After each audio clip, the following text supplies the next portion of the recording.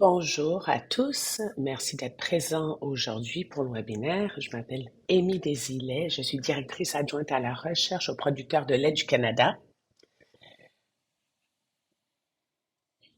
Cette séance de webinaire est organisée avec les PLC en collaboration avec Acer Consulting. Aujourd'hui, nous avons une 7e séance sur 15. Nous parlons de la production laitière, des projets de recherche financés par les PLC et d'autres partenaires. D'autres détails sur les événements à venir seront partagés à la fin du webinaire. Et aujourd'hui, nous allons regarder le bien-être animal pour les producteurs laitiers.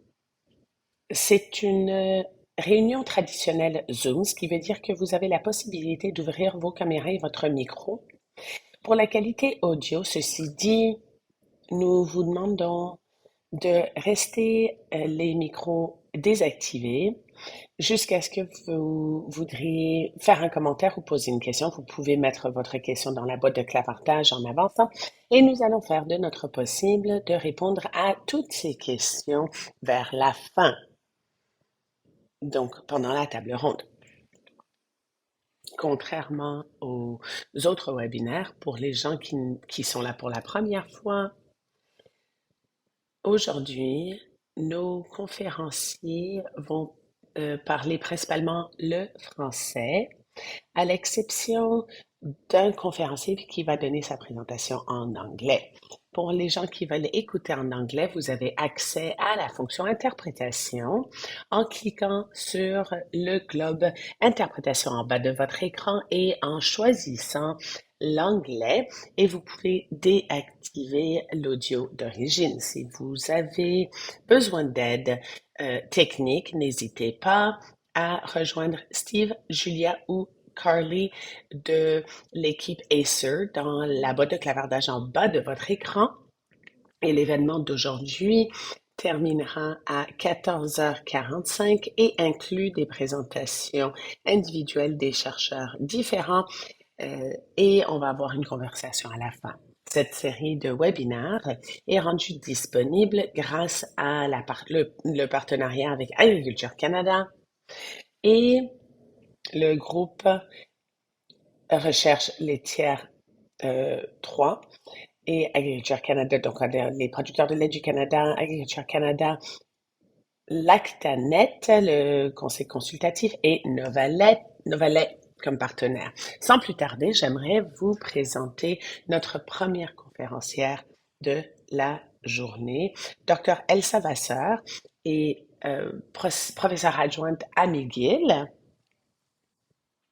Et dans la recherche Novalet avec les PLC, elle fait de la recherche et elle est membre de la chaire depuis 2016. Son travail est multidisciplinaire, son expérience est vaste, donc la science appliquée dans le comportement animal, le bien-être animal et des mesures par rapport à l'appropriation et le bien-être de l'animal, la longévité des animaux avec d'autres composantes impliquant la durabilité, donc des facteurs environnementaux et sociaux, et des méthodes de transfert de connaissances et de technologies qui vont aider avec les nouvelles pratiques par les producteurs. Là-dessus, Elsa, je vous donne la parole. Merci pour l'opportunité de vous parler. Merci pour cette présentation, cette introduction. C'est mon plaisir de vous parler. J'ai juste quelques diapositives, mais je voulais vous parler des points clés du projet et l'équipe prendra tout le reste et vous présentera les informations que nous avons recueillies. Alors, on aimerait parler de comment on peut redéfinir les espaces à l'intérieur et à l'extérieur pour les vaches en développant des meilleures pratiques exemplaires de gestion. C'est très intéressant parce qu'on regarde la stabulation entravée et Les résultats que nous avons sont dans des projets de recherche qui continuent. Nous voulons avoir des modèles de stabulation entravée et de stabulation libre. Nous avons des objectifs, donc le bien-être, comment on peut augmenter les possibilités de locomotion, ce que ça veut dire pour la boiterie et pour d'autres éléments du bien-être animal, le stress thermique, etc.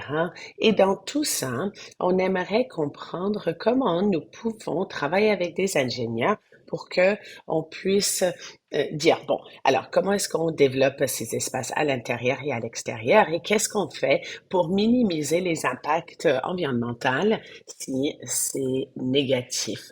Et donc, nous voulons chercher à réduire l'empreinte sur l'environnement, l'énergie, l'eau, etc. et comment nous pouvons conceptualiser des systèmes différents qui sont plus durables.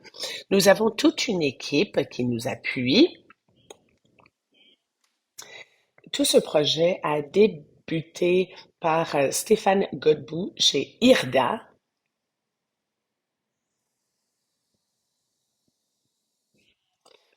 et nous avons capé KPI, l'Université Laval pour la partie économique CURSAD. Steve Nadon est avec nous et travaille avec nous depuis le début.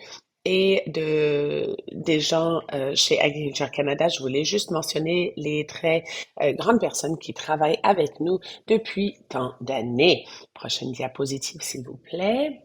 Alors, les financements. Ceci provient du groupe. Nous avons des projets qui continuent dans le contexte de deux initiatives. Alors, nous avons la chaire de leadership en enseignement des bâtiments agricoles durables menée par Sébastien à l'Université Laval et la vie durable, la chaire de recherche industrielle sur la vie durable des bovins laitiers. Regardons les résultats de Marjorie. Donc, comment est-ce que ça va? Est-ce qu'on a augmenté des opportunités? Et qu'est-ce qu'on a fait au juste pour tout ceci? Regardons les résultats. Merci beaucoup, Elsa. Comme vous avez dit, on va passer à notre prochaine conférencière, Marjorie Stellier, chercheuse en postdoc. Elle a son doctorat de Paris, en France, et elle travaille sur des modèles biologiques sur la diversité, la captivité des vaches et des chèvres, donc des vaches et des chèvres en captivité, et elle regarde des domaines d'intérêt, le comportement social, l'émeuglement, et le comportement, les comportements d'alimentation. Présentement, elle fait de la recherche sur les émotions et la locomotion chez les bovins laitiers qui vivent dans un environnement où la locomotion est limitée. Marjorie, on vous donne la parole. Merci beaucoup pour cette introduction. Je m'appelle Marjorie Sellier.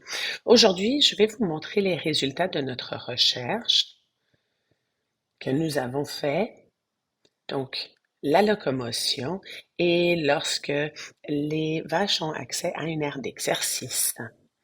Alors, si on regarde les consommateurs et on voit ce que les consommateurs pense qu'on a, c'est le champ. Mais la réalité, c'est que c'est pas tous les producteurs qui peuvent fournir ces conditions à leurs animaux. Au-delà de ça, la plupart des fermes laitières au Canada sont en stabulation entravée et donc il y aura quand même des limites entourant la locomotion et les animaux vont avoir moins de liberté, mais quand on a plus de liberté, c'est difficile de mettre ça en place. Et donc, on a d'autres solutions qui existent pour réduire la restriction de mouvement, le fait qu'on modifie la taille de la stalle, la longueur de la chaîne ou avoir accès à une aire d'exercice pour augmenter le confort et dans le contexte de la stabulation entravée. Donc, l'accès quotidien à une aire d'exercice, que ce soit intérieure ou extérieure ou même un pâturage, peut permettre d'augmenter la locomotion. Donc, on a des vaches qui se déplacent. On voit il y a des avantages, mais on a également des opportunités pour que les comportements naturels montent à la surface. Cet exercice est également une forme d'amélioration environnementale et on ne sait pas exactement comment l'accès à une aire d'exercice pour les vaches vivant continuellement dans un environnement limitant leur mouvement peut augmenter le niveau d'activité locomotrice et quelles conditions d'accès à l'exercice, durée de la sortie, type ou taille de l'air peuvent influencer la réponse de l'animal en termes d'activité locomotrice, donc lorsqu'elles sont plus mobiles. Et l'autre chose, c'est lorsqu'on parle d'un accès extérieur, certains producteurs ne voient pas cet accès en étant aussi positif. Et donc, nous avons quand même quelques citations des producteurs et lorsque on regarde les impacts ou l'impact sur sur l'environnement, on voit qu'il y a des obstacles, à savoir comment fournir un accès extérieur pendant que les vaches sont sur la ferme. Donc, favorisant l'adoption des producteurs à ce type de pratique veut dire que si on regarde tout simplement les attentes de locomotion des clients.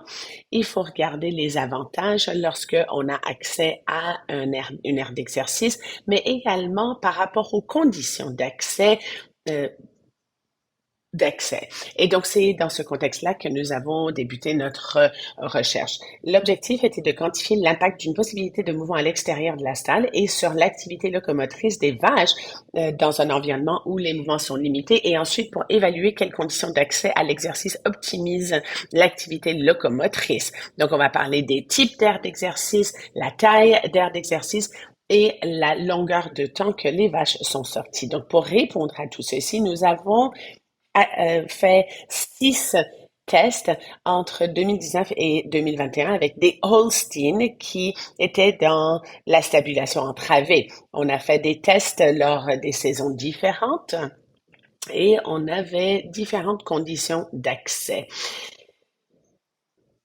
Donc, les vaches avaient une aire d'exercice extérieure versus ne pas avoir accès à une aire d'exercice. Et ensuite, on avait des données différentes pour la longueur de temps. Donc, 1 heure, 2 heures combinées avec des tailles d'aires d'exercice différentes.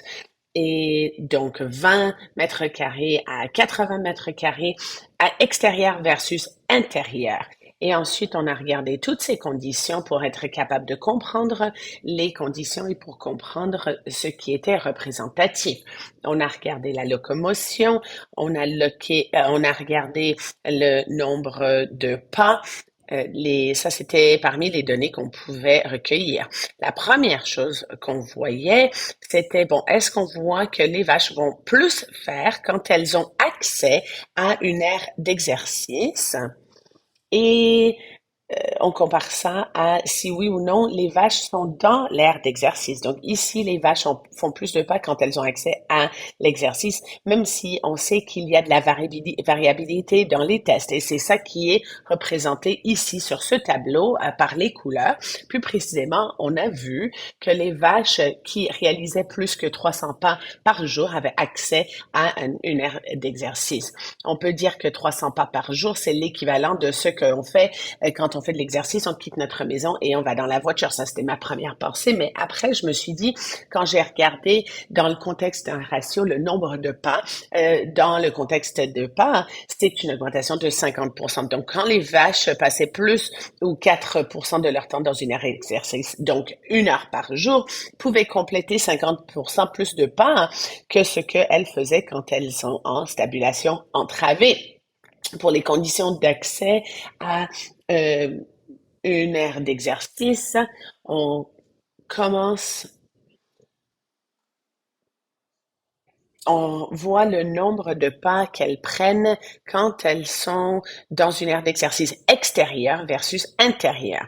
Et donc, regardons les facteurs différents. On peut voir qu'il y a des approches différentes en termes de complexité. Vous voyez ici que nous avons, enfin, il faut faire le tour pour avoir accès à l'aire d'exercice extérieur et on avait un changement de plancher extérieur versus intérieur, la température peut avoir un, un impact sur le manipulateur et un impact potentiel sur le comportement de la vache. L'extérieur est plus stimulant que l'intérieur. On s'est posé cette question-là précisément avec des nouveaux éléments et d'autres choses qui peuvent sembler s'appliquer beaucoup plus fréquemment à l'extérieur qu'à l'intérieur.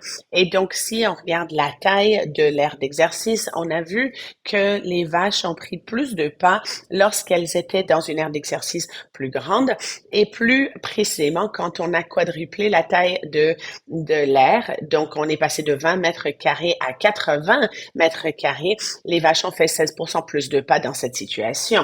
Et si on regarde les comparaisons entre 1 heure d'accès versus 2 heures d'accès, on a remarqué que lorsqu'on a ajouté la deuxième heure, les vaches ont marché 9% plus de pas au quotidien que à comparer à autrement. Donc, on a quand même vu que les vaches vont voir, enfin, vont prendre 50% de plus, peu importe les conditions d'accès, lorsqu'elles sont dehors. Et quand elles sont dehors, elles font 20% plus de pas. Et dans un enclos plus élevé, c'est 16% de plus. Et quand on ajoute une deuxième heure d'exercice, à ce moment-là, euh, elles marchent 9% de plus. Ce qu'on a déterminé donc, c'est que les vaches ne vont pas passer leur heure à marcher. Donc, qu'est-ce que les vaches font lorsqu'elles sont en aire d'exercice? Voici la grande question. On a remarqué que la vache a passé un tiers de leur temps à réaliser des activités locomotrices et pas juste la marche. Elles ont exploré, elles ont entrepris des comportements sociaux également, et on a déterminé que elles passent la plupart de leur temps inactives. Ça veut pas dire elles font rien, mais elles prennent des petits pas. Mais ça nous permet d'introduire la notion d'utilité. Quand on est dans une aire d'exercice, ça permet aux vaches d'avoir des contacts sociaux. Ça augmente la nouveauté dans leur routine. Et lorsque cette nouveauté est partie, les vaches n'ont pas beaucoup d'accès aux aliments, à l'eau ou à l'abri, donc pas d'autres stimulations. Donc peut-être sur le temps également, l'intérêt et l'utilité d'exercice et des aires d'exercice peuvent diminuer.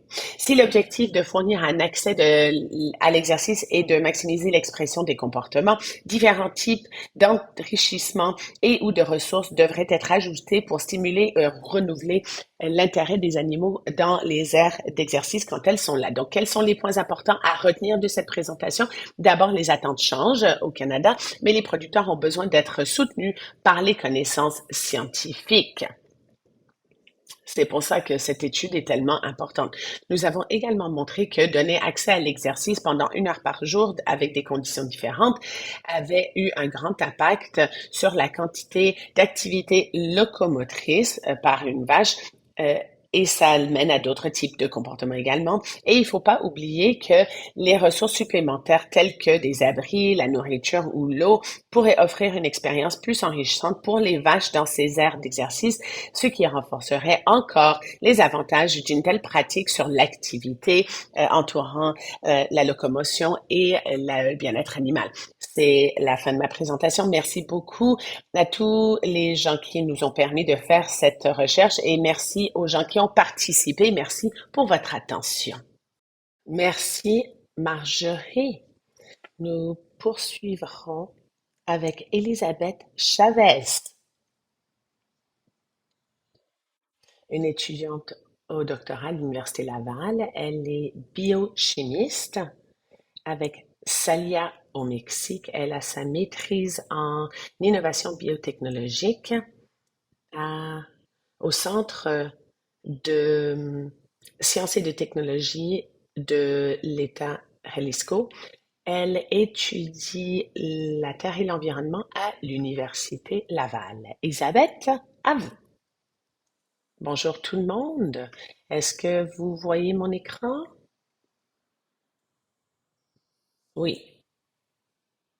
OK, d'accord.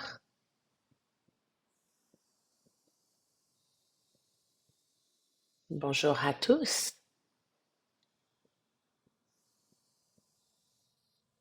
Nous allons parler de la conception d'un enclos d'exercice extérieur alternatif pour des vaches en stabulation libre au Québec et l'exercice pour les vaches laitières. Le Québec est un grand producteur de lait au Canada, produit à peu près 80% du lait, mais le système est questionné parce qu'il y a des impacts sur la santé et sur le bien-être animal, tels que les blessures et la boiterie chez la vache laitière, mais on veut être capable d'améliorer le mouvement tout au long de l'année. C'est une des solutions pour améliorer ceci. Nous avons beaucoup d'appui. Une des options, c'est de construire une étable en stabulation libre, mais ça coûte cher. Et donc, on veut regarder le euh, pâturage également. Et pour les producteurs qui n'ont pas accès à cela, hein, il faut avoir une bonne étude sur les règlements sur les exploitations agricoles. Donc, les REA doivent être suivis. Les règlements sur les exploitations agricoles. Nous avons également besoin d'un bon système de drainage et nous avons besoin d'avoir ce qu'on appelle des stand-off pads. Et toute autre alternative peut être donc la bonne filtration pour retenir les contaminants dans ces stand-off pads au Québec.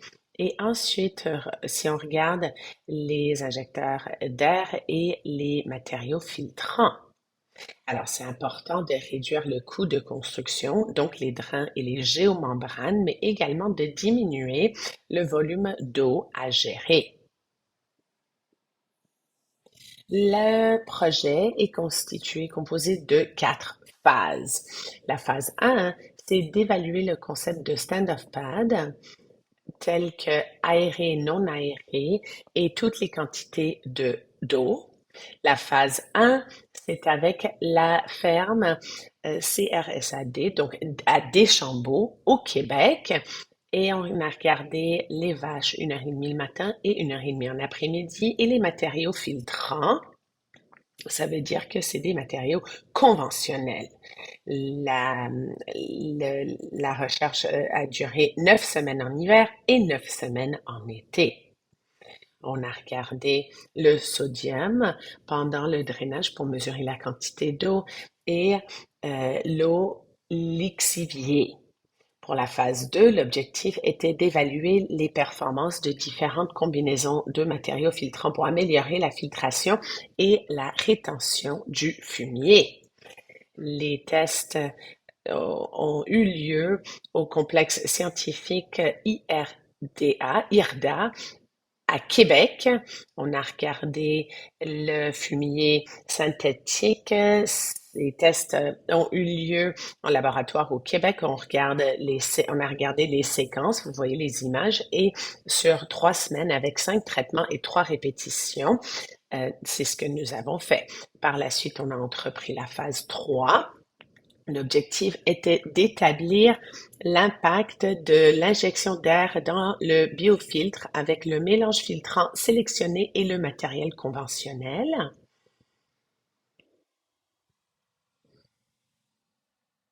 Et donc, on était à Deschambault, Québec pendant 3 semaines, une fois l'hiver et une fois l'été, pendant 3 semaines pour simuler l'étude et le fumier de vache semi-synthétique était utilisé parce que le fumier était récupéré d'une ferme à Deschambault, mais c'était difficile de récupérer autre chose, donc c'était un mélange de fumier et d'eau du robinet.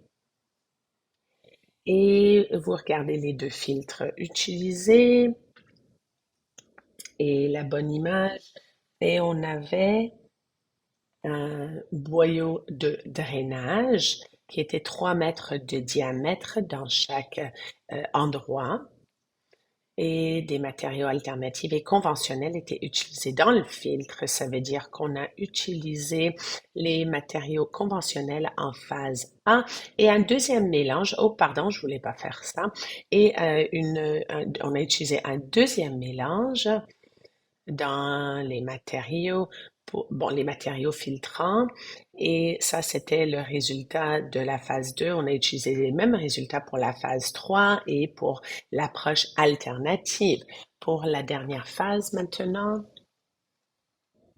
l'objectif était d'évaluer les stand-off pads tels que modifiés et comparés à un enclos d'hivernage conventionnel. Et donc ça, c'était la même ferme qu'Arsad, donc la même ferme qu'en phase 1, et on a regardé 28 mètres carrés par vache et les matériaux étaient changés. On a utilisé des matériaux alternatifs pour la troisième phase et la quatrième phase. Et dans les photos à gauche, on a regardé des stand-off pads modifiés versus à droite où on avait donc un enclos d'hivernage conventionnel. On a utilisé les sols d'origine et les tests ont été faits sur 9 semaines en hiver et 9 semaines en été et la vache est sortie 1,5 heures le matin et en après-midi de la même façon. Par rapport aux résultats sur la qualité de l'eau maintenant, dans le premier tableau, en phase 1 à gauche, vous voyez l'oxygène testé l'été et c'est plus élevé dans les stand-off pads. Et à droite, vous voyez les solides en suspension. Il n'y avait pas de différence significative pour les volumes. Les stand-off pads aérés avaient plus de volume que les stand-off pads non aérés. Pour la phase 2, dans le premier cas, c'est contrôlé et on voit les copeaux de bois. Les copeaux de bois et le biocharbon en phase 2, ça c'est à droite. Et ensuite, on a des tourbes et dans le troisième cas, on a les copeaux de bois et le sable. Donc, dans le tableau, vous voyez une réduction dans les contaminants comme pourcentage. Donc, dans le traitement avec le sable, on a remarqué que c'était plus efficace pour les phosphates et les solides, mais dès la troisième semaine, ça a commencé à se bloquer et ce n'était plus efficace au niveau de la filtration. Après ça, on avait le traitement avec les copeaux de bois et ça, c'était bien pour la demande chimique en oxygène et l'azote total. Et ensuite, avec les biocharbons, pardon, c'était plus efficace pour la rétention des nitrates. Par la suite, on avait des résultats pour la phase 3. Dans le premier tableau, vous voyez l'oxygène et il y a une différence significative dans les matériaux qui sont des matériaux conventionnels, autrement dit les copeaux de bois, les matériaux et le matériel qui est des matériaux alternatifs. Donc, il y a une différence significative entre les deux matériaux. C'est la rotation de contaminants et de solides de façon similaire. Dans le premier tableau, il y a une différence importante entre les matériaux conventionnels et les matériaux alternatifs pour les deux sessions, mais il n'y avait pas de différence. Il n'y avait pas de différence significative par rapport au ratio. En termes de phase 3, phase 4, en fait, on voit les concentrations d'oxygène pour tout ce qui est conventionnel et pour tout ce qui est modifié. Alors ici, nous voyons les résultats montrent que la matière organique n'est pas améliorée est 3 fois plus faible que ce qui est conventionnel. Maintenant, pour les volumes qu'on voit dans le dernier tableau, on voit les volumes. Un instant. Donc, les volumes, enfin, comme vous voyez à l'écran, à comparer à tout ce qui est modifié.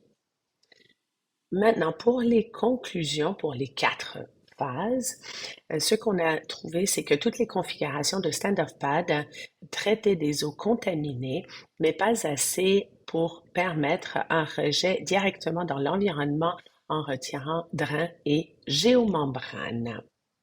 L'injection d'air provenant de l'étable n'a pas amélioré de façon satisfaisante la filtration des contaminants.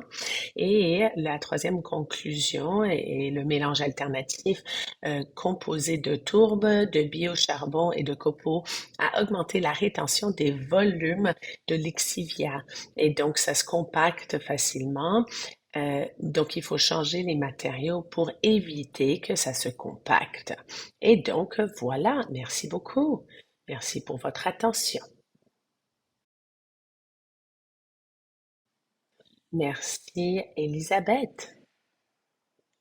Nous allons poursuivre maintenant avec Catherine Diaz de l'Université Laval qui fait son doctorat. Elle a une maîtrise en agriculture de l'Université de la Colombie. Elle étudie les sols et l'environnement à l'Université du Québec et son sujet, c'est sur les émissions de gaz provenant d'air d'exercice extérieur conventionnel et alternatif pour les vaches laitières logées en stabulation entravée. Catherine, à vous. Merci beaucoup. Est-ce que c'est bon? Oui, tout à fait.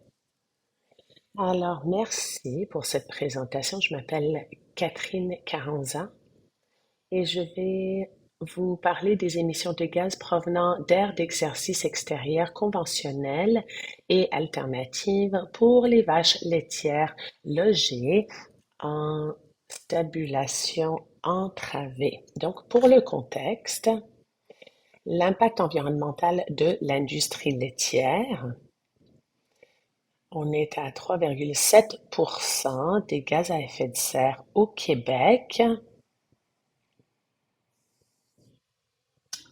1,3 au Canada, 3,7 au Québec. Donc, quand on regarde l'empreinte carbone au Canada, c'est 1,01 kg de dioxyde de carbone et l'empreinte aquatique, c'est 20 litres par kilogramme de lait. Donc, la question, c'est est-ce que l'ajout d'un air d'exercice à l'extérieur va modifier ces niveaux?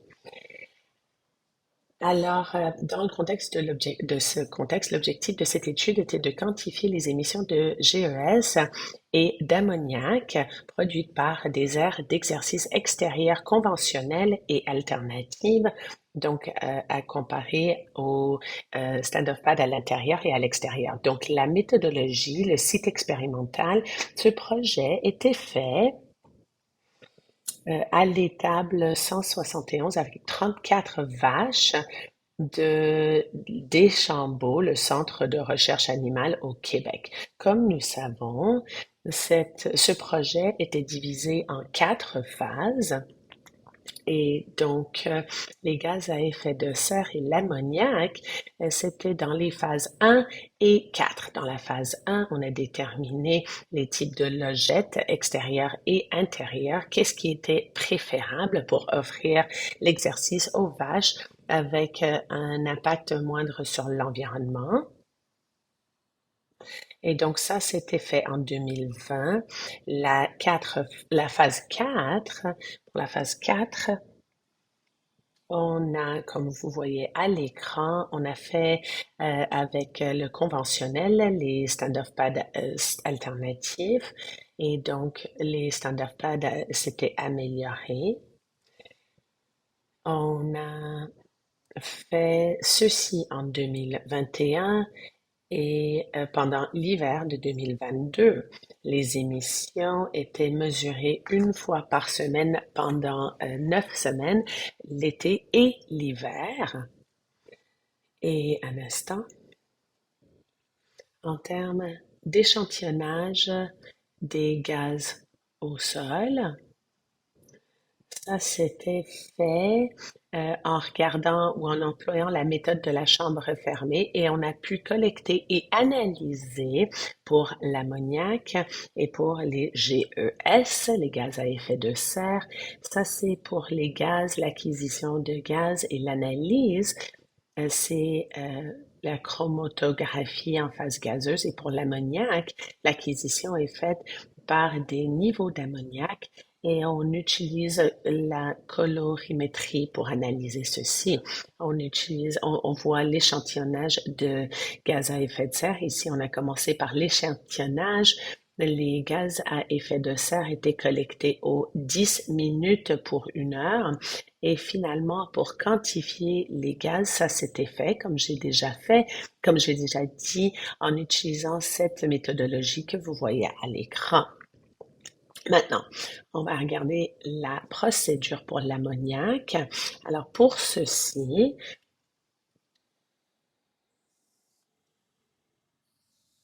on a une partie qui est en piège pour l'acide sulfurique pour comprendre les quantités dans l'air ambiant et on a une chambre fermée qui envoie ça à une pompe pour trouver la quantité d'ammoniac générée dans cette chambre. Dans ce contexte, on va capturer l'ammoniac et les concentrations d'ammoniac, donc le NH3 est calculé en utilisant ce calcul. Alors, maintenant pour les résultats pour la phase 1, nous voyons le CO2, le dioxyde de carbone, donc qui est dans les enclos, ça c'est plus élevé. On a observé qu'il y a une quantité plus élevée de méthane dans les conditions intérieures comme en stall, en logette, et on a observé les conditions à l'extérieur. Ça a montré des émissions plus faibles à comparer à l'intérieur, comme les stalls. Et il n'y a pas de différence entre les émissions d'ammoniac dans d'autres cas. En phase 4, sauf pour les gaz, on avait des émissions plus élevées et l'été, les émissions d'ammoniac demeuraient semblables en termes de dioxyde de carbone. Et l'alternative, donc dans les stalls et logettes alternatives, donc il y avait des niveaux plus élevés parce que les vaches respiraient et ça s'ajoutait à ce qu'il y avait déjà dans l'air. Et finalement, l'été en stall conventionnel, il y avait des émissions de méthane plus élevées, étant donné que ça opère différemment. Alors, pour les conclusions maintenant, en été, les phases 1 et 4, l'injection d'air provenant de l'étable pour l'enclos alternatif de type stand-off pad provoque une hausse des émissions de CO2 qui proviennent de la respiration des vaches. Et l'été, phase 4, l'enclos conventionnel de type d'air d'hivernage engendre une production de méthane et d'ammoniac supérieur puisque les conditions d'anoxie sont favorisées et en phase 4, l'hiver, les stalles présentaient des taux d'émission de GES et de l'ammoniac les plus élevés en raison d'une circulation d'air moins importante qu'en été. Et finalement, l'enclos alternatif de type stand-off pad amélioré mais non aéré ne devrait pas détériorer l'empreinte environnementale de la production laitière. Ça, c'est pour répondre à la question initiale. Et donc, ça améliore la quantité d'air, mais n'a pas d'impact sur la qualité de lait. Alors, merci beaucoup. Merci Catherine. Alors, notre prochain conférencier sera Amir Nejati, qui a une maîtrise de l'Université McGill. Amir va faire sa présentation en anglais. Alors, pour ceux et celles qui écoutent en français, vous pouvez aller en bas de votre écran, vous pouvez cliquer sur le globe et sélectionner le français pour écouter l'interprétation en français. Une fois terminé, vous pouvez utiliser le même icône pour revenir à votre canal précédent.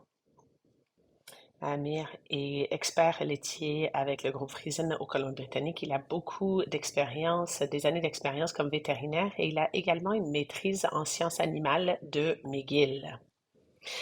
Amir se concentre sur le confort de la vache, le soin de l'onglon et la nutrition. Écoutons sa présentation.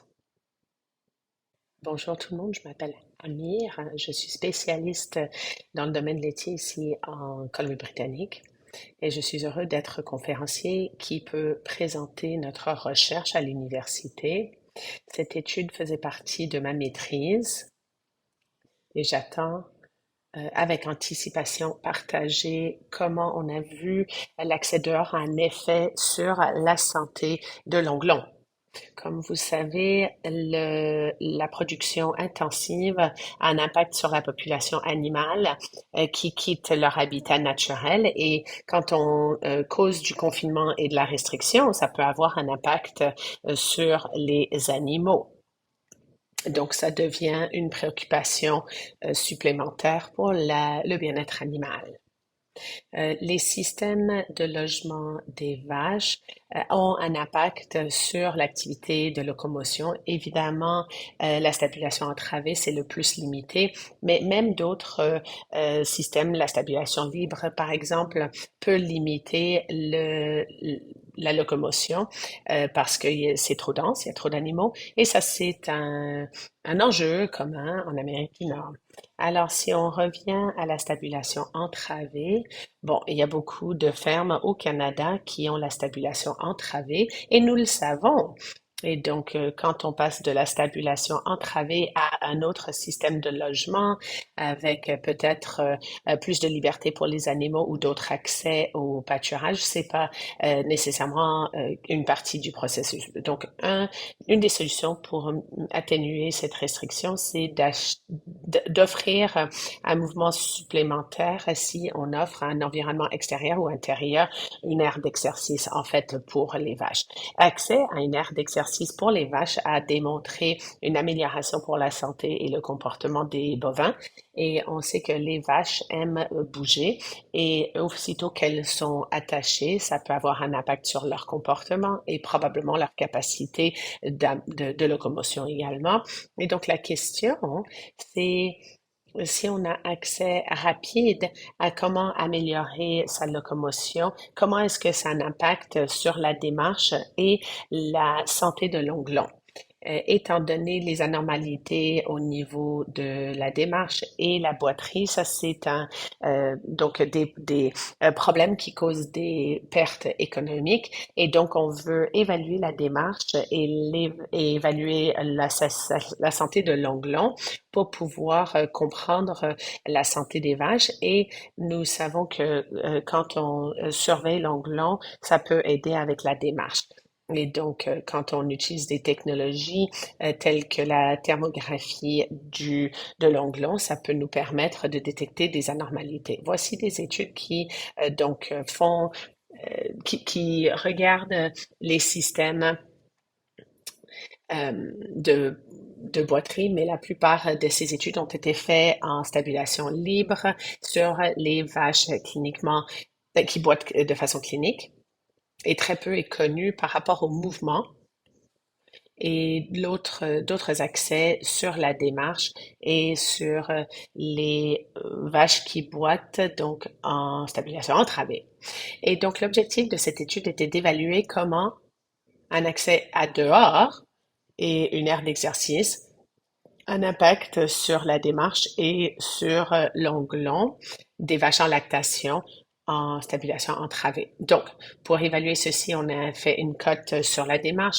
On a évalué les lésions de l'onglon et la tomographie de l'onglon. Pour notre étude, on avait 30 vaches divisées en 5 groupes, donc soit avec ou sans accès, intérieur ou extérieur. et d'autres accès pour l'exercice des vaches étaient fournis à titre de 1 heure par jour, 5 jours sur 8 semaines.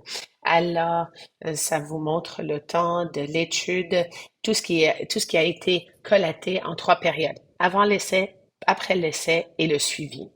Et donc, pour la cote visuelle, on a fait une évaluation visuelle en utilisant une caméra vidéo.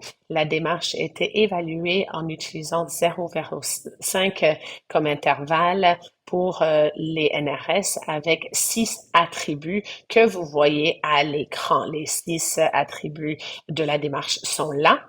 Et donc, pour l'évaluation de la lésion à l'onglon, on a fait une évaluation lorsqu'on a entretenu l'onglon et ainsi, donc avant l'essai, après et le suivi, la sévérité des lésions était enregistrée par un observateur formé. La thermographie de l'onglon euh, a été faite sur chaque vache avec une caméra thermique à haute résolution pour faire l'évaluation.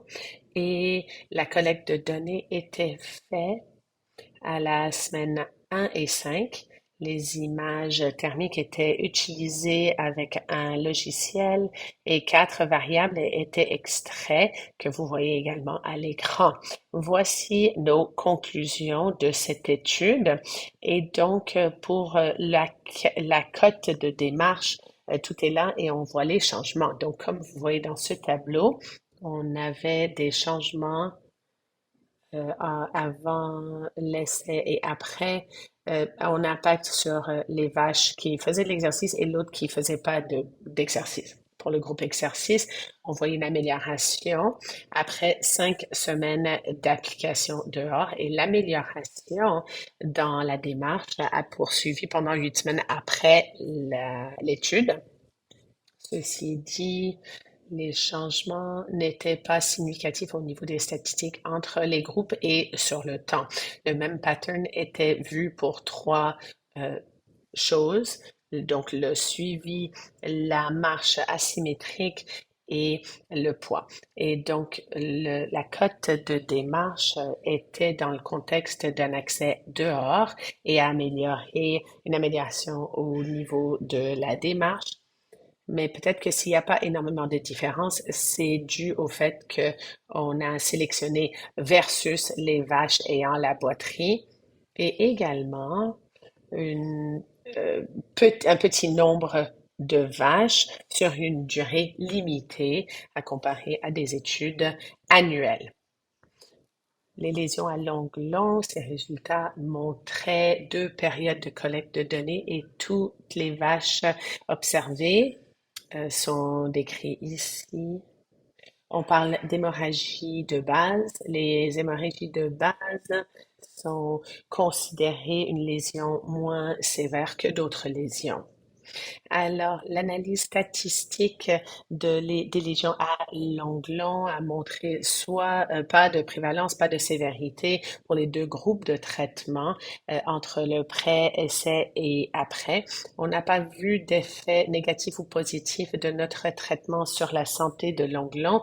On peut dire que notre étude suggère qu'1 heure par jour d'accès dehors n'augmente pas les lésions à l'onglon. Ceci dit, non, il n'y a pas eu d'augmentation dans les lésions à l'onglon, étant donné la prévalence faible et donc pas de place pour l'amélioration. L'autre chose, c'est qu'on ne sait pas honnêtement si d'autres accès peut améliorer la santé de l'onglon à comparer à un pâturage saisonnier ou à l'année longue.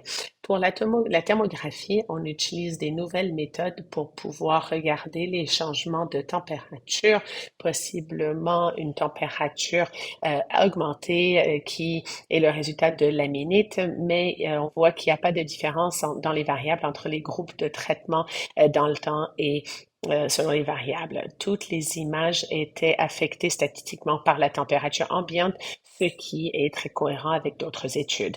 Les résultats étaient collaborés avec les résultats de lésions à l'onglon Et si on a 1 heure d'accès dehors sur 5 semaines, ne va pas mener à une détérioration au niveau de la santé de l'ongle. En conclusion, on voyait quand même une amélioration entre 1 et 1,2 sur la cote générale et avec 3 attributs de démarche. Et cette amélioration a persisté pour au moins 2 mois après l'essai.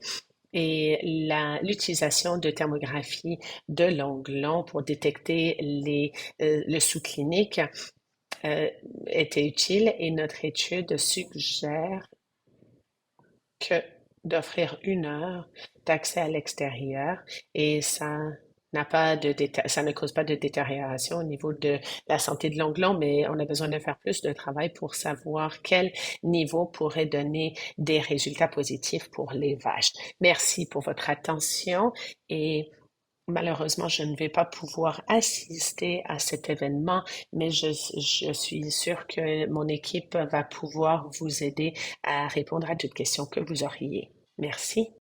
Hmm. C'est ce qui complète maintenant nos présentations.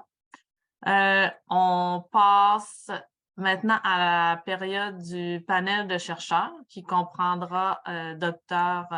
Elsa Vasseur et Marjorie Sellier qu'on a entendu précédemment, ainsi que 2 autres panélistes, Sébastien Fournel et Stéphane Godbout. Sébastien est chercheur en génie agricole et bioprocédés avec une expertise en contrôle environnemental des bâtiments d'élevage, élevage de précision, conception d'installations agricoles, gestion du fumier, bien-être animal, atténuation des gaz à effet de serre à la ferme, valorisation des résidus agroalimentaires et la biomasse dans l'énergie et les bioproduits et la qualité du sol, de l'air, de l'eau des exploitations agricoles. De son côté, Stéphane cumule plus de 20 ans d'expérience en recherche et développement en génie agro-environnemental. Ses travaux de recherche portent sur les stratégies d'élevage et de gestion des déjections animales, principalement dans le domaine des rejets des systèmes de production animale tels que les émissions de gaz et les odeurs. Excusez-moi. Donc, pour lancer la discussion, nous avons préparé quelques questions pour nos panélistes, mais si vous avez des questions pour nos chercheurs, veuillez utiliser la fonction de chat pour poser vos questions et nous les intégrerons à la discussion. Toutes les questions auxquelles nous n'aurons pas le temps de répondre, une réponse sera envoyée par courriel suite à la rencontre. Donc, commençons par une première question pour Elsa. Nous avons pu voir dans les présentations sur le bien-être animal que lorsque les vaches ont un accès quotidien à une aire d'exercice, que ça va doubler l'activité de locomotion et c'est avantageux pour la santé du sabot. Est-ce qu'il y a d'autres avantages que vous avez vus et observés dans votre recherche? Vous êtes sur mute, Elsa? Ok, c'est mieux comme ça. Oui, oui, c'est mieux comme ça. Effectivement. Oui, c'était des bonnes nouvelles, comme vous venez de dire. Nous avons découvert notre accès à l'exercice, enfin l'accès à l'exercice, c'est utile également. Ce qu'on a trouvé, c'est que lorsque les animaux sortent, l'animal, par exemple, euh, est mieux géré, il y a une meilleure relation entre le producteur et l'animal voit des nouvelles situations. Bon, certains imprévus qu'on voit à l'extérieur. Mais en fait, on a trouvé que c'est la façon dont on manipule les animaux quand on sort. C'est crucial pour l'activité des animaux, avec l'idée que la vache doit voir ça comme une expérience positive. Et donc, ça devient plus facile pour retirer la vache et aller dehors. Donc, pour prendre le temps quand il s'habitue, on donne à la vache la possibilité, la chance d'apprendre que ceci est nouveau et d'utiliser la force. Ce n'est pas une solution dans le long terme. Ce qu'on voit, hein, c'est que la vache va ne pas comprendre ce qui se passe si on utilise la force, donc qu'est-ce qui devrait être fait. Et donc, les, Donc, et ça devient une boucle et ça fait en sorte que les animaux sont plus difficiles à gérer. Donc, quand on prend le temps de l'utiliser, enfin de le faire bien, c'est important. Et je pense que on est mieux de partager ces points pour les producteurs qui nous écoutent. Donc, oui, comment est-ce qu'on peut avancer? Il faut prendre le temps de le faire et de le bien faire. D'accord, merci beaucoup, Elsa. Et pour ajouter à cela, je vous dirais que oui, vous avez mentionné que la vache doit voir cette sortie comme expérience positive à l'extérieur, donc la gestion devient plus facile. Mais comment est-ce que la vache perçoit ceci, en fait, lorsqu'elle sort? Je vais poser la question à Marjorie. Oui, je vais répondre à ceci parce que pour savoir comment la vache va voir ceci, on utilise deux outils pour évaluer le comportement. Et donc, avant et pendant. Et donc, la première étape, c'est que l'animal apprend que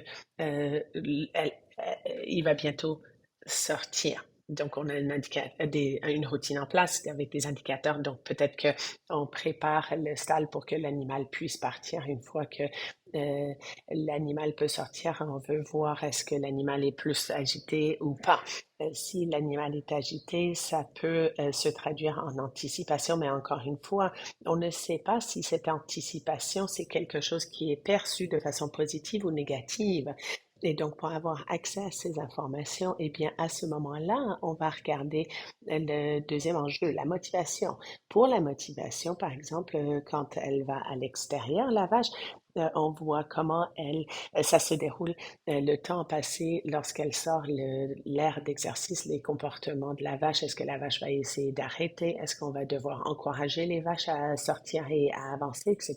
Donc, on a regardé tout ça dans notre recherche et ce qu'on a trouvé, c'est qu'il peut y avoir des profils de motivation variés. Donc, certaines vaches ne vont pas être enthousiastes à sortir, mais comme Elsa a mentionné tout à l'heure, la façon dont les vaches vont être gérées pour les mener dehors, encore une fois, ça c'est un facteur qui est le plus important. Ça va influencer, si vous voulez, la perception que les vaches vont avoir de cette sortie. Donc, pour savoir comment cette vache va percevoir ceci, on peut utiliser ces deux outils, donc l'anticipation et la motivation pour avoir accès à l'aire d'exercice. Merci Marjorie pour la réponse. J'aurai maintenant deux questions. Donc là, j'ai deux questions du point de vue de l'ingénierie. La première question, c'est que les résultats présentés par les étudiants montrent que le concept de stand-off pad est une option valide externe pour l'exercice chez les vaches. Et travailler sur le rejet vers l'environnement même, c'est pas toujours conventionnel. Ceci dit, combien est-ce que ça pourrait coûter quand on a ce type de technologie? Je peux commencer par vous offrir une réponse, si vous permettez. Oui, oui, absolument, allez-y. D'accord. Donc, on fait quand même une évaluation économique, mais les chiffres préliminaires qu'on a présentement nous disent que ça porte sur la phase 4. Donc, le filtrage, le gravier, le système de membrane, tout ce qui est stand-off pad drainé où les matériaux de filtrage ont été modifiés, donc le bois, le charbon, etc. Avec la mise en œuvre d'un système d'aération de l'étape, ça coûte à peu près 14 500 $ pour les 28 mètres carrés qui ont été testés. 500 $ donc du mètre carré. En comparaison, l'hiver, toutes les approches traditionnelles qui sont utilisées dans le lait et pour ça, bon, juste avant le côté de stall, on était à peu près 10 000 $ par mètre carré pour l'espace et donc 350 $ par mètre carré. Et donc, on a beaucoup d'argent. On a la méthanisation des sols, la géomembrane qui faisait partie du concept d'origine. Et ça mène à certains types de flux de contamination dans l'environnement quand vous avez donc beaucoup de gel et de dégel. Et donc, on travaille avec des groupes différents et sur les dernières années, on fait ça Et pour le système de stand-off pad, ça nécessite une excavation. Comme ça, on a quelque chose au bon niveau. Et dans notre concept tel que modifié, il y avait le concept de système d'aération qui reconnaît l'air de l'adjacent. Et donc, on a l'air en ventilation qui gérait tous les aspects différents qu'on peut réduire. Donc, on peut réduire l'aspect de partager les polluants. Mais il faut savoir que même si c'est plus cher, les stalls traditionnels l'hiver peuvent être associés avec une, euh, une bande de filtration végétale qu'on peut utiliser à un moment donné, et ça, c'est au-delà de, donc ça, c'est un coût supplémentaire. Et cette évaluation a été faite basée sur le concept de situation améliorée. Et donc, le mélange qui permet à une meilleure filtration, mais en retenant les volumes d'eau. Donc, si on ne peut pas avoir un traitement avec une qualité d'eau où on envoie l'eau dans l'environnement, il faut le couvrir ou le saisir et le mettre dans un réservoir et avoir un mélange où on peut optimiser la situation. Ceci dit, il y a une situation où on parle de mètres carrés de filtrage pour le bois, c'est 200 $ alors que le mélange était 300 $ et si on réfléchit aux copeaux de bois, on peut réduire les coûts. Donc, autour des bâtiments. Donc, c'est une question d'ajuster le système. Et l'aspect qui n'a pas encore été étudié et qui a besoin d'être utilisé dans la prochaine phase, c'est toute la question de fréquence de remplacement. Donc, selon les températures, les copeaux de bois peuvent être utilisés pour à peu près 6 mois et on les change l'hiver et ensuite l'été, alors que pour le mélange, c'est différent, ça peut se compacter très facilement et très rapidement. Donc, ce qui arrive, c'est que quand ça se compacte rapidement, on a un changement plus élevé. Et ce qui est important à mentionner également, c'est qu'on a travaillé sur une surface de 28 mètres carrés par vache, c'est élevé, ce qui veut dire qu'on était limité des stalls à l'intérieur, donc 28 mètres carrés. Et donc, pour ces surfaces, on sait que on est limité à l'intérieur et pas à l'extérieur, mais on sait également que dans la littérature, selon la fréquence de utilisation et le nombre d'animaux, ça peut toucher 28 mètres carrés par vache. Donc, la surface était élevée. Donc, il y a une accumulation donc, entre les besoins de la vache et le côté économique au long terme pour faire en sorte que le concept soit un petit peu plus attirant. Merci, Sébastien. C'est beaucoup d'informations. Très bien, merci. La deuxième question côté ingénierie. Et peut-être que vous avez partiellement offert une réponse, mais Stéphane, je vous poserai la question si vous voulez compléter. En gros, on sait qu'on a la réponse de Sébastien qui semblait indiquer qu'il y a beaucoup plus de travail qui doit être fait pour le concept, mais quelles sont les prochaines étapes qui doivent être entreprises selon vous avant de favoriser l'adoption et la mise en œuvre sur les fermes en tant que telles? Alors, de mon côté, je sais que personne va vraiment questionner cela, mais pour moi, c'est les volumes d'eau qui doivent être gérés. Si on regarde le volume à la surface, même si on n'a pas de veau, mais on a une grande surface, on a de l'eau et l'eau va atterrir sur la structure et dégoûter ou fondre. Et on ne peut pas traiter le liquide entièrement, donc on ne respecte pas l'eau rejetée dans l'environnement, donc on regarde la structure de stockage. Vous savez que pour moi, c'est une question de volume, là où on a une structure plus élevée, plus grande, etc. Et donc, dans l'avenir, ce qu'il faut comprendre, c'est qu'il faut essayer de voir comment on peut réduire les volumes d'eau qui doivent être gérés. Donc, les niveaux contaminés d'eau qui doivent être gérés. Donc, si on ouvre la porte et on dit, ben voilà, c'est là où on va aller, à ce moment-là, la question, c'est est-ce que 28 mètres carrés par vache, c'est nécessaire? Donc, on a beaucoup de discussions là-dessus. Et lorsque on fait la conception de combien d'heures la vache sera là, c'est pas une question de mètres carrés. Je dirais aux gens qui sont impliqués, je dirais, ben écoutez, essayez de trouver ce qui est optimal. Mais pour l'optimal, vous ne voulez pas avoir trop de surface pour les vaches, donc ça va limiter la quantité d'eau. Et si on peut À ce moment-là, commencez à prendre une partie pour éliminer le reste et la précipitation qui ne passe pas par le sol. À ce moment-là, ça sera moins d'eau à gérer et ça sera dans la structure de stockage. Et donc, mon message essentiellement, c'est qu'il faut tenter de réduire la surface et est-ce qu'il y a une façon de mettre quelque chose en place où vous dites que vous avez moins de surface exposée aux effets météorologiques. Et si on suppose qu'on ne peut pas traiter le tout adéquatement avec le mélange que Sébastien a dit, eh bien, à ce moment-là, éventuellement, ça sera un aire d'exercice, mais il faut comprendre que l'eau ne peut pas être traitée adéquatement et donc peut-être qu'on va diminuer les coûts et on va avoir le biofiltrage et on va avoir une récupération, mais on va regarder un substrat moins cher et peut-être qu'on va pouvoir réduire les coûts à ce niveau-là également. Donc, en gros, il faut réduire la surface où l'eau peut atterrir et avoir moins d'eau à gérer. Essentiellement, c'est ce que je voulais partager avec vous. Très bien, c'est très bien.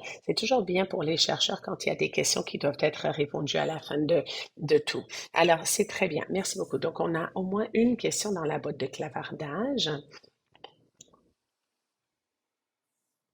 Et donc, est-ce que les vaches ont accès? Si les vaches ont accès à une aire d'exercice, est-ce qu'elles changent leur production laitière? Est-ce qu'il y a une diminution dans le stress ou est-ce qu'il y a un autre impact sur la consommation chez les vaches si elles vont dans l'aire d'exercice? Bon, ça, c'est des facteurs qu'on n'a pas regardés. Je réfléchis à la production laitière, par exemple.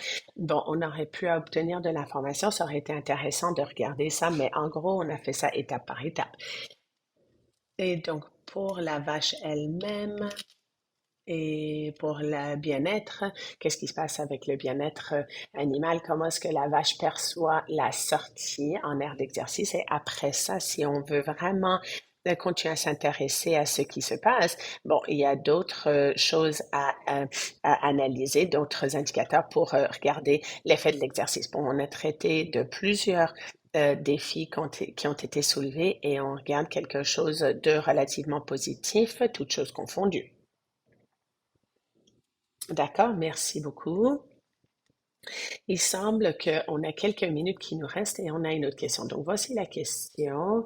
Le producteur dit que il a encouragé le troupeau à marcher à tous les jours et a vu des effets positifs. Étant donné que les vaches en aire d'exercice ne sont plus stimulées, est-ce que c'est une pratique à recommander? Alors, je ne sais pas qui veut traiter de cette question-là. Bon, je pourrais contribuer aussi.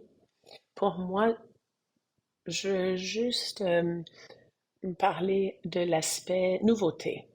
Euh,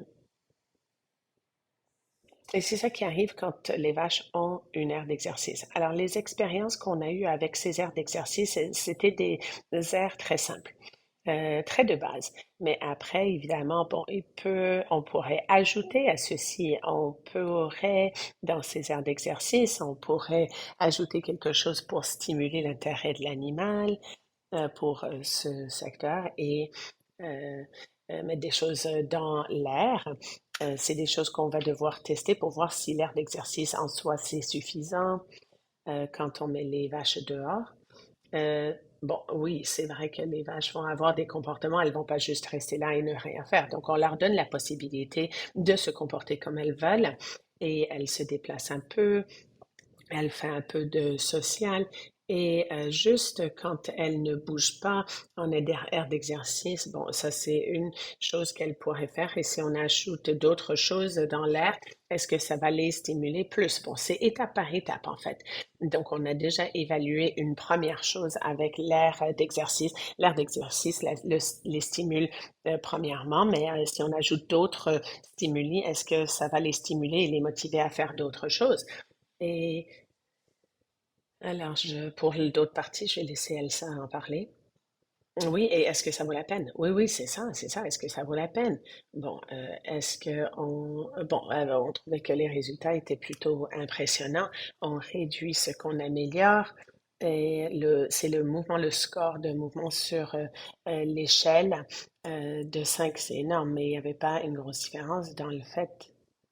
que ça prend quand même bien plus de vaches pour continuer l'étude, mais ce n'est pas la première étude qu'on a essayée.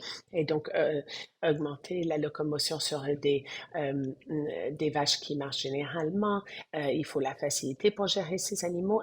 Alors, c'est des résultats intéressants et ça devient intéressant parce que on peut mettre ça en place. Et en fait, l'idée, c'est que les vaches ne sortent pas tout simplement pour sortir, mais quand elles sortent, on peut nettoyer les stalles, on les sort le matin, on les ramène. On a mesuré des résultats intéressants sur le stress thermique. On se rend compte maintenant que ça n'a pas d'impact négatif. Donc, pour tous ces enjeux, bon, il y a encore de la recherche à faire, mais dans les premiers résultats, ça montre que oui, c'est avantageux. Bon, évidemment, il faut que ça soit bien fait, mais on va continuer travailler avec nos collègues en ingénierie pour voir c'est quoi les autres avantages. Et sur le côté environnemental, quels sont les avantages? Elsa, on veut savoir si nous, on veut travailler avec vous. Enfin, c'est ça la question. Est-ce que vous êtes intéressé à travailler avec nous? C'est ça la question. Ah, est-ce qu'il y a quelque chose que vous voulez partager avec le public en général aujourd'hui? Oui, bon. En tout cas, vous semblez former une très bonne équipe, là.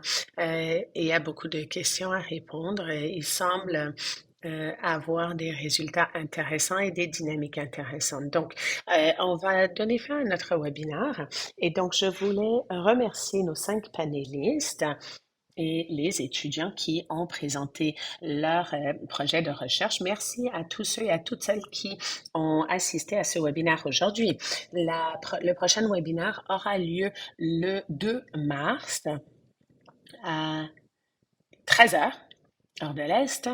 Et vous voyez à l'écran avec Dr. Trevor DeVries.